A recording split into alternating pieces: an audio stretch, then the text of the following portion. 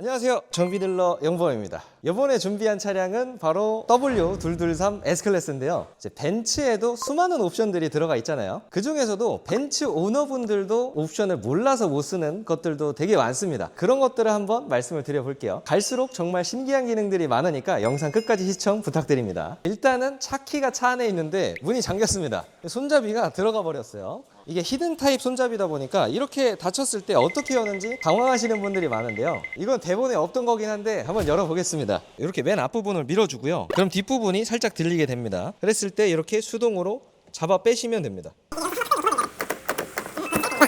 이런 식으로 문이 고장 날 것 같지만 이렇게 계속 당기시면 문이 열리게 됩니다. 근데 이게 설계 미스인지는 몰라도 이 부분이 고장나서 문을 못 여는 경우가 생각보다 많더라고요. 일단 첫 번째는 요즘은 AI 시대 아닙니까? 요즘 나오는 벤츠들은 AI가 기본 탑재되어서 나온다고 하는데요. 제가 한번 보여드리겠습니다. 이 음성 인식 버튼을 한번 눌러주고요. 추워. 온도를 18도로 높입니다. 이런 식으로 간단한 명령어로도 이렇게 조절이 가능합니다. 창문 다 내려줘. 죄송해요. 해당 기능을 사용할 수 없어요.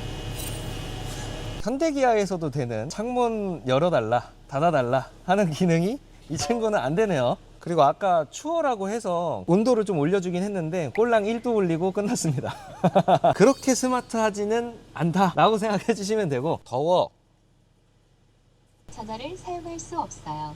그리고 벤츠는 차 키로 창문을 내리고 닫고 할 수가 있습니다. 이렇게 꾹 눌러주면요, 창문을 열고요, 또 창문을 닫을 수가 있습니다. 요즘 차들은 대부분 다 들어가는 기능이긴 한데 이 벤츠는 이 구형 모델에도 이런 기능이 다 있다라고 보시면 됩니다. 이게 벤츠를 타시는 분들은 대부분 다 아시는 내용이겠지만 벤츠는 기어봉이 되게 편합니다. 와이퍼 조절하는 이 멀티펑션 스위치 요 위치에 있습니다. 그리고 워크인 시트가 이쪽에 있는데요. 이렇게 R 버튼을 눌러주시고요. 여기서 이렇게 조절을 하면 조수석 쪽 시트가 움직이게 됩니다. 이제 이런 식으로 벤츠는 워크인 시트랑 이 기어봉이 일반 차량들 위치랑 다르다라고 보시면 됩니다. 그리고 오토홀드 기능도 다른 브랜드랑 작동 방식이 약간 다른데요. 오토홀드는 이제 드라이브 기어를 놓고 신호대기를 할 때 브레이크에서 발을 떼도 되는 그런 기능이라고 보시면 되는데요. 벤츠 같은 경우에는 드라이브를 이렇게 넣고 브레이크를 이렇게 밟고 있잖아요. 여기서 한 번 더 푹 눌러주면 이 계기판에 홀드라는 멘트가 뜨거든요. 홀드라는 표시가 뜨면 이제 천천히 브레이크에서 발을 떼도 차가 나가지 않습니다. 다시 나가실 때는 엑셀을 부드럽게 밟아주시거나 브레이크를 한 번 더 푹 눌러서 해제해 주시면 그대로 주행이 가능합니다. 이 기능은 벤츠를 타시는 분들이라면 대부분 다 아실 텐데 이 오토홀드 방법을 잘 몰라서 벤츠를 팔 때까지 오토홀드가 있는지도 모르고 차를 타셨던 분들도 계시더라고요.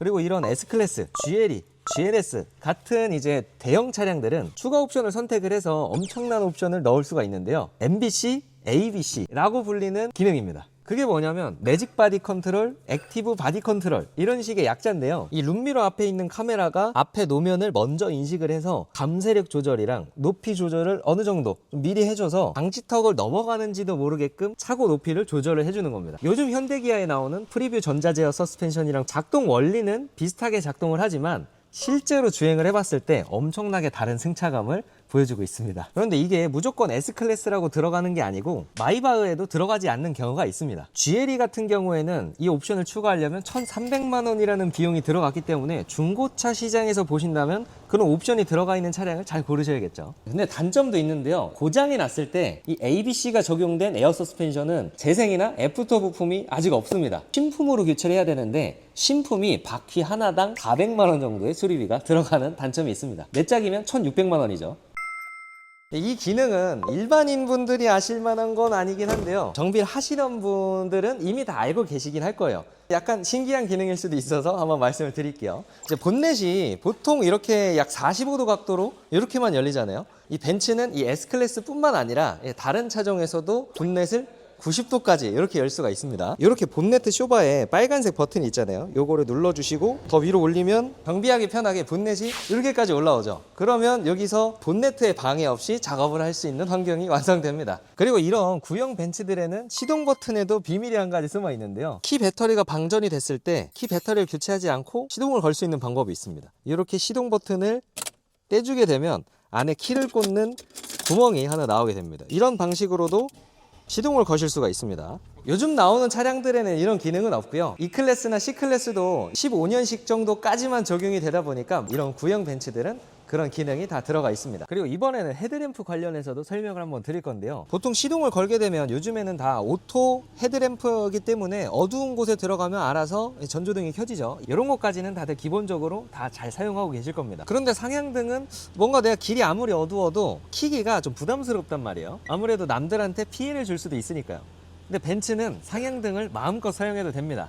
왜냐하면 앞에 지형지물을 카메라로 인식을 해서 사람이나 차량이 오게 되면 알아서 피해서 밝혀주기 때문에 이 오토 상향등은 언제든 켜고 다니셔도 괜찮습니다. 이게 엄청 어두운 곳에서 이렇게 켜고 다니게 되면 커튼이 쳐지는 것처럼 엄청나게 밝은 모습을 볼 수가 있습니다. 하지만 단점도 있는데요. 아까 ABC, MBC의 에어 서스펜션은 하나에 400만 원이라고 말씀을 드렸잖아요.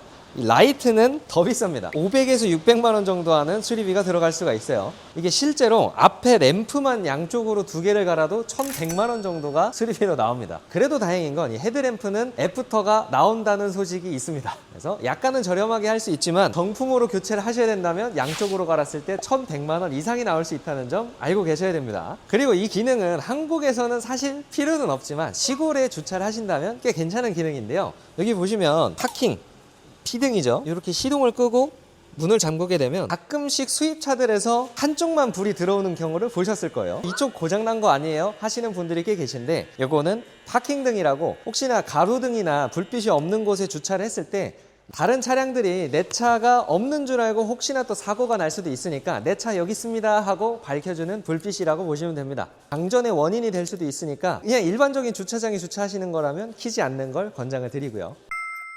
오늘 이렇게 벤츠에 대해서 살펴봤는데요. 혹시나 벤츠를 타시는 분들 중에서 이런 것도 있는데 한번 얘기해 줬으면 좋겠어요. 이런 기능이 있다면 댓글로 남겨주시면 다른 분들이 보시고 정보를 얻어가실 수 있으니까 정보 공유 부탁드리겠습니다. 앞으로도 유익한 영상으로 찾아뵙겠습니다. 좋아요랑 구독, 알람 설정 부탁드립니다. 감사합니다.